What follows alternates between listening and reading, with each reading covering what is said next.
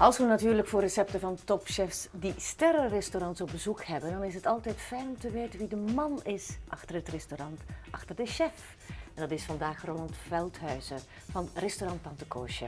Roland, ja, ik ben heel benieuwd wie de man is achter de chef. Ja, Roland Veldhuizen, wat je al zegt. Ja. Een Fries van geboorte. Mhm.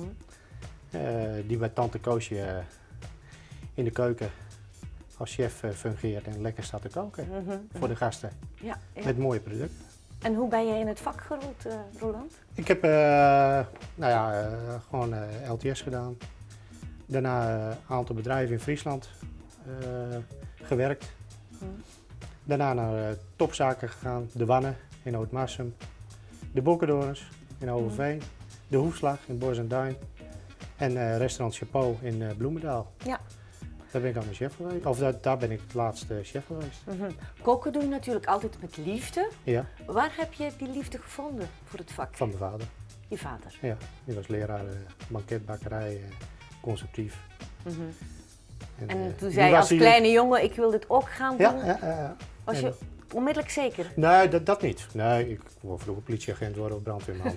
Zoals elke jongen, Ja, hè? precies. Laten we daar niet te moeilijk over doen. Maar je ziet het dan met postuur. Ik hou van eten.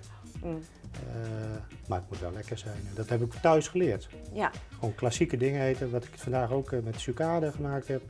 Of kalfswang, sucade, al die dingetjes. Dat kregen wij thuis ook. Ja, dan heb ik ook de indruk dat je dat ook wil overbrengen op je gasten bij Tante Koosje. Ja. Ja, er zit een klassieke basis in. Hoe ik kook, een klassieke basis. Mooie saus, super mooi product.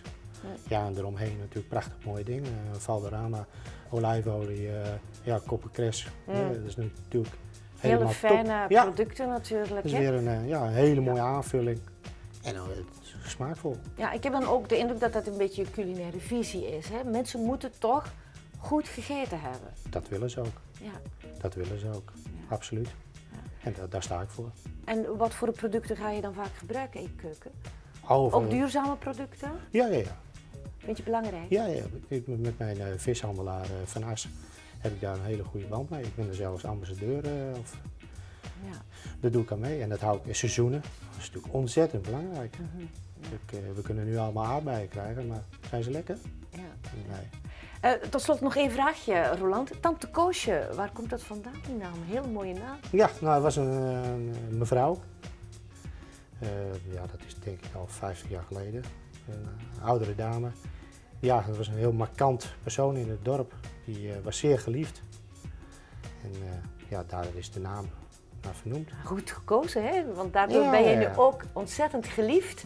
En heel welkom bij ons. En we gaan meteen aan de kook. Oké? Dankjewel. Dankjewel. Alsjeblieft.